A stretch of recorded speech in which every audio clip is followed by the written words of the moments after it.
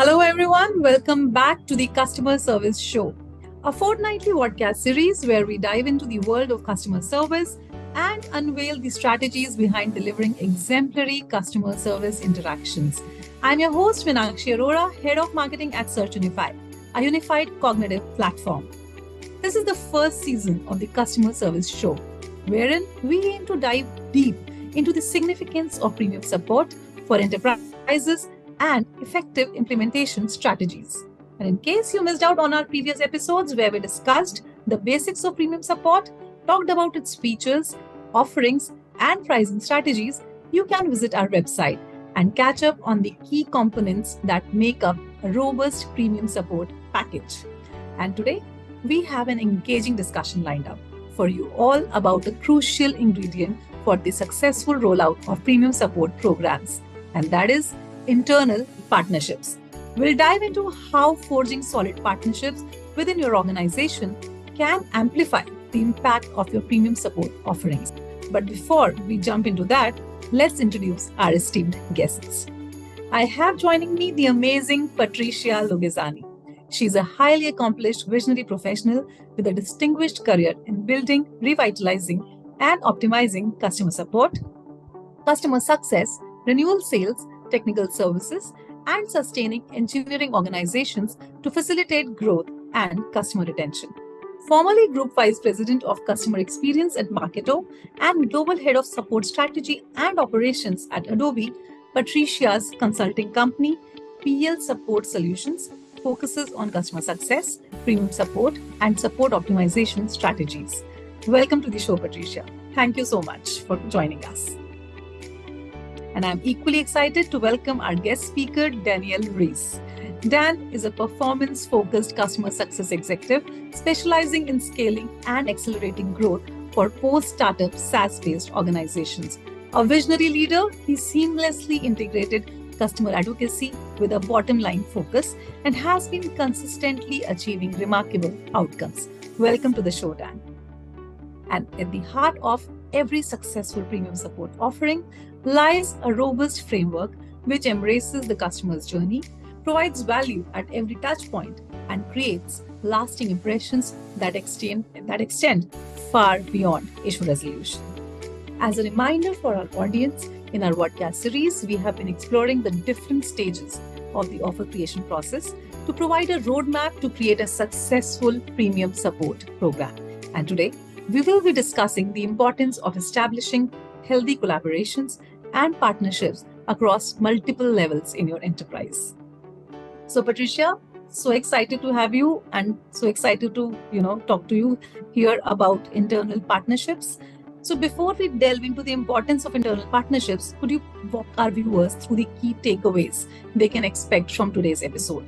What are the main lessons they should be on the lookout for? Hi, Meenakshi, and thanks for having me. And hello, everyone.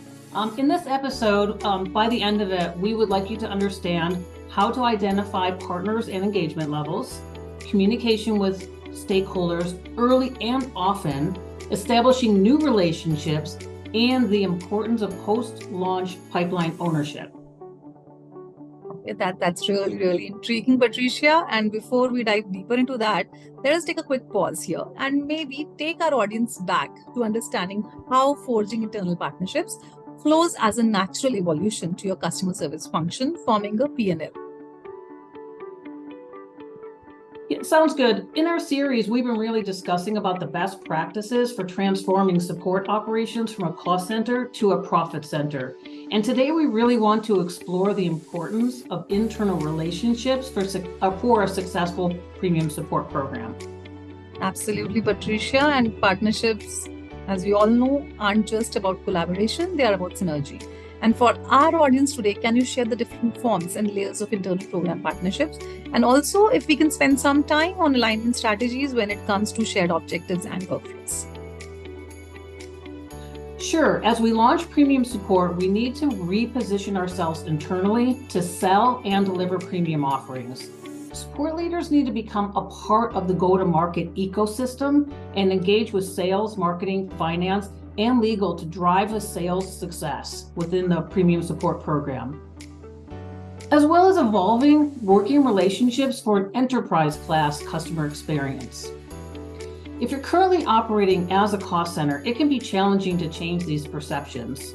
So it's important to engage with an executive sponsor who can help advocate for premium support, partner internally to set mutual objectives, establish new working relationships, such as partnering in the sales process, and also working with marketing on-demand campaigns. So Dan, any thoughts on engaging and changing perceptions within the organization as you establish and launch a premier program? Yes, I actually have a lot of thoughts on this. So thank you, Meenakshi, and thank you, Patricia, for having me here today. What I will say is this reminds me of an example where I engaged with a North American sales leader. And as part of the North American sales leader, it was a chance for me to understand what exactly do they need for us or from us from a support standpoint to build this into a profitable endeavor. And the intent behind that was to really help codify or bond with the sales leadership. So they understood that if they could provide advice and they could provide guidance, it was a chance for us to build this together and gain consent and partnership early on. Great, Dan. Thank you. Thank you for this. And now, from what we have heard from a lot of support organizations, they sometimes get fixed into what they're doing. And if you're really going to establish new relationships, deciding who you need to engage with and understanding what kind of communication frequency that needs to be established is important. So, Patricia, do you suggest any best practices that can help us based on your experience? Right. Thank you, Meenakshi. Really, to help illustrate how to evolve internal relationships, I mapped out a communication strategy example. Obviously, this can vary from company to company. However, if you think about who has the power to make decisions in your premium program compared to who might be positively impacted, we can establish a communication frequency and messaging to keep us on track. For example, if you look at finance, they're high on the power axis because they drive the budget process and they influence funding decisions. Finance would also be high on the interest axis since premium support is a revenue source. So because finance lands in that upper right-hand corner, this indicates a frequent two-way communication cadence that should be established. In other words, if finance understands the business value of premium support, they can partner with you to gain funding approval. So Dan, do you have any anecdotes or thoughts on this engagement and communication framework? Well, I do. As a matter of fact, when working with our controller in this capacity, I concur exactly to your point. Finance is highly influential in this space. So one of the commitments that we were able to make early on to our finance team was that our premium support customers were expected to renew at a higher rate. They were also expected to be in a position for greater expansion. So simply stated, finance wants to see the money come in and they want to be able to grow the business with that. And so if you're part of the process where you can feed that pipeline, then it's a lot easier to gain consent. So be willing to make a commitment to your finance team and ultimately to the rest of the organization, because that's what your investment is intended to do. Okay, so we definitely, Dan, as you said, finance, I mean, that's really, really important. And so now, Patricia, if I just take a step back and let our audience go back to the offer creation framework in the context of that, can you help our audience understand the intertwining of these partnerships at each step? And how can enterprises decide who to engage with and when? Right. So the main message here is really to communicate early and often with your stakeholders and never stop enabling. It feels like I say this over and over again, but sometimes you do have to say things 3 times for it to sink in. And a lot of times the message can just get overrun within all the corporate noise.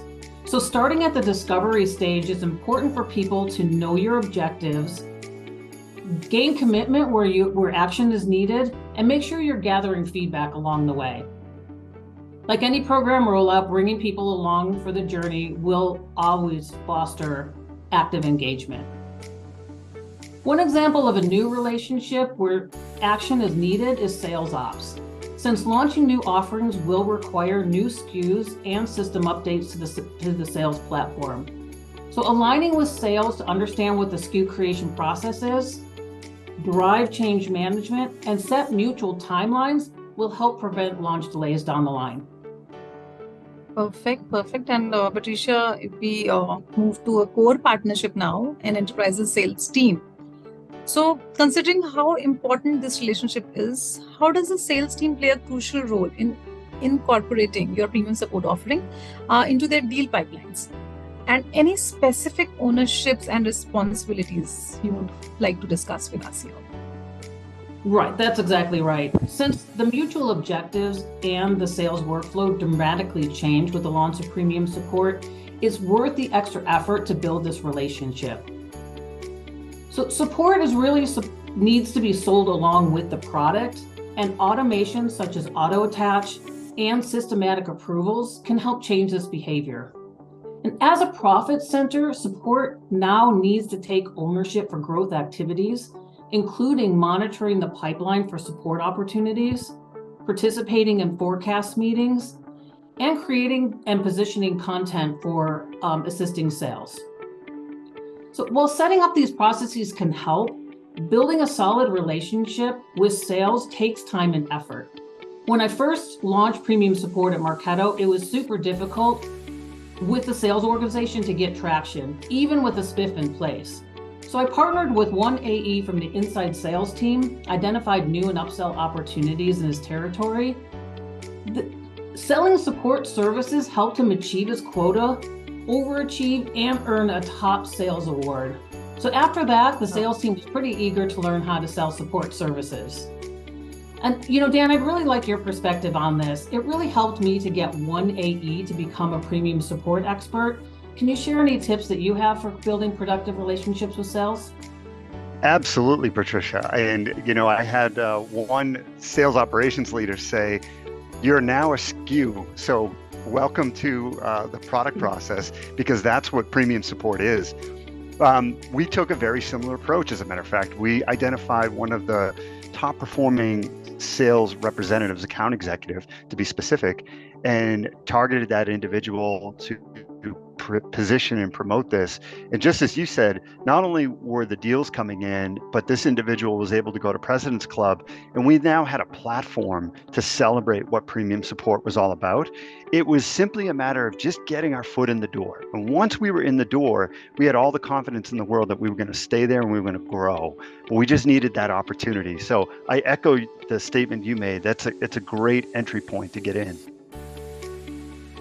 Perfect. As you said, Dan and Patricia, you too, that first win is important, right? And adding on to what you just mentioned, how should the support leadership make sure that the sales team is effectively incorporating premium support offerings in their new pipeline versus just the renewals pipeline? Great. So now that we know the sales automation and activities that need to be set up, let's talk about who to engage with and when. This example shows how different teams own activities throughout the customer engagement model. Of course, this can vary depending on the regional sales ownership, territory alignment, and also company-specific assignments. But the point is, find out the customer engagement assignments in your company and how you can participate. So Dan, I'd really like to understand, in your experience, how to best partner with sales to make sure that you have support inclusion at every step of the sales engagement model.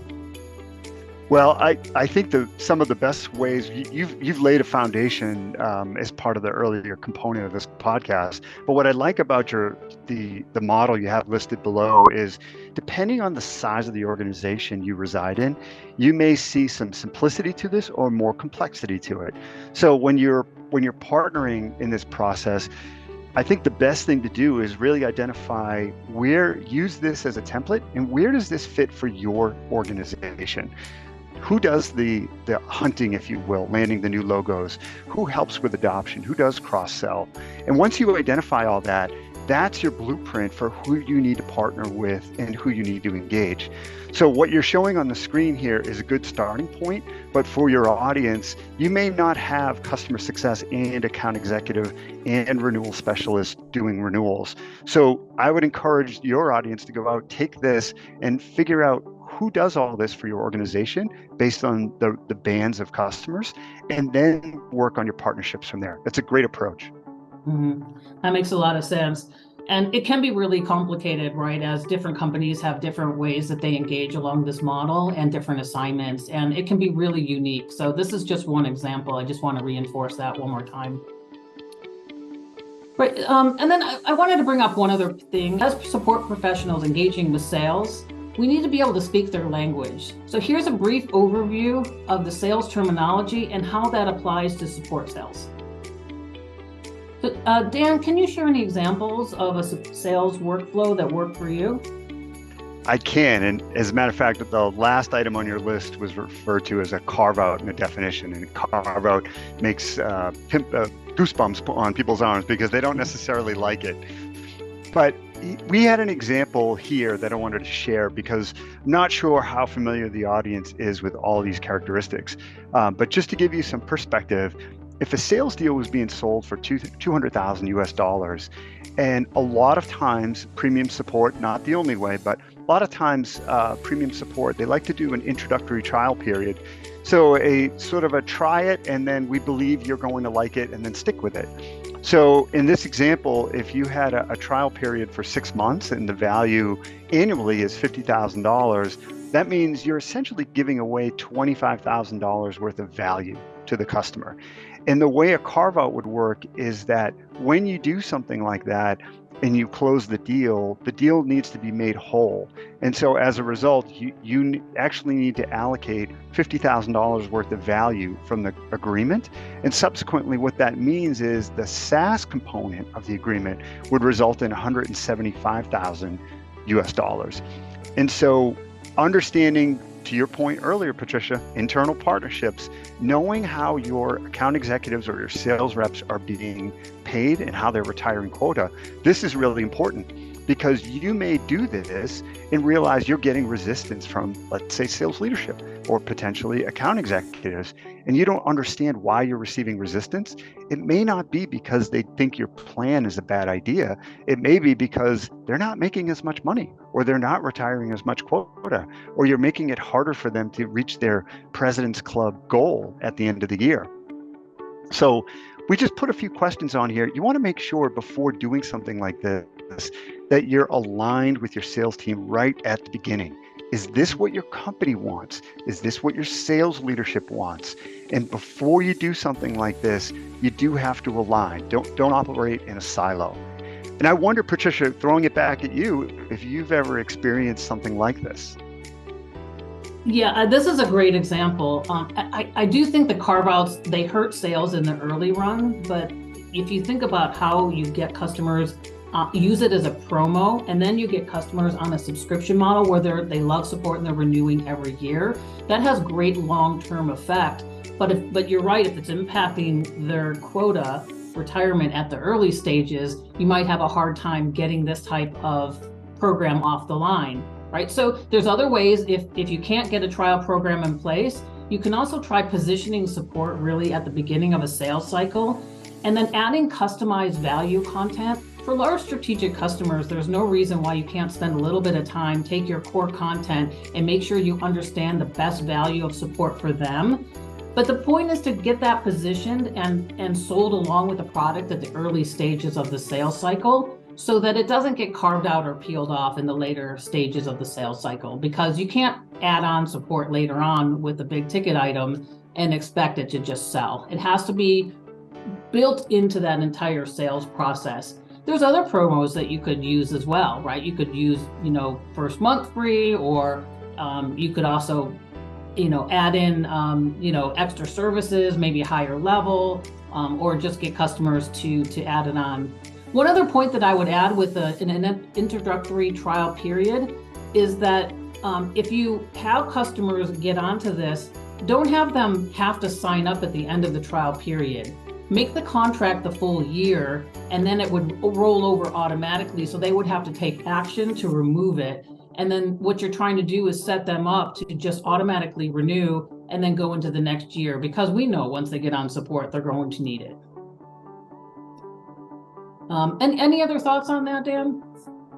I couldn't agree more. And this goes back to your earlier statement that you're moving into a profit center, moving out of the mindset of a cost center.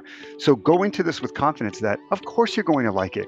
If you buy a luxury automobile, you're going to want to renew your lease at the end of this. Why? Because we know you're going to like this. We know it's going to be better than where you were before. And so, to your point, allow the customer to take action if they decide to change their mind. Sure, circumstances could impact that, but go in with the level of confidence that this is going to deliver exactly as you expect. Yeah. It's a really good point. Changing that mindset to be able to really work with sales, it's difficult for a support person because we're constantly thinking about the support, how we deliver it, making the customer successful, because we're not on a commission basis. And sales think so differently. So being able to understand how they think, how they get motivated to make sure that we're doing the right thing for the company and the customer is really important. And so, I really keep trying to understand and continually get feedback on why they're being resistant to these deals, how we can make it better for sales, how we can, bring in promos or promotions or other areas where it can help sales support. But never, ever, ever forget that support has tremendous value. So the one thing that I would reinforce, especially to support people, is don't discount a lot on support as you go along, and don't devalue the support in terms of pricing along this process, because there'll be an enormous amount of pressure for sales to say, oh yeah, I've already positioned this deal, just throw on support for free. It's not free to deliver. You have to be able to make your margin, because at the end of the day, we talked about working with finance. If you're not making your margin at the end of the day, then you're not making your financial goals whole.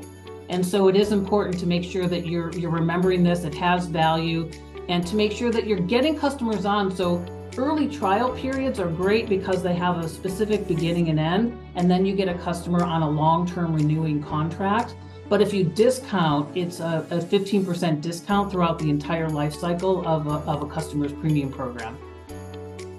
So wow, Patricia, this was really comprehensive and insightful. Thank you, Dan. Thank you, Patricia, for your insights. And as we wrap up this enlightening discussion, don't forget to mark your calendars for our next episode, where we'll uncover the complex world of premium support financials. And trust me, you won't want to miss it.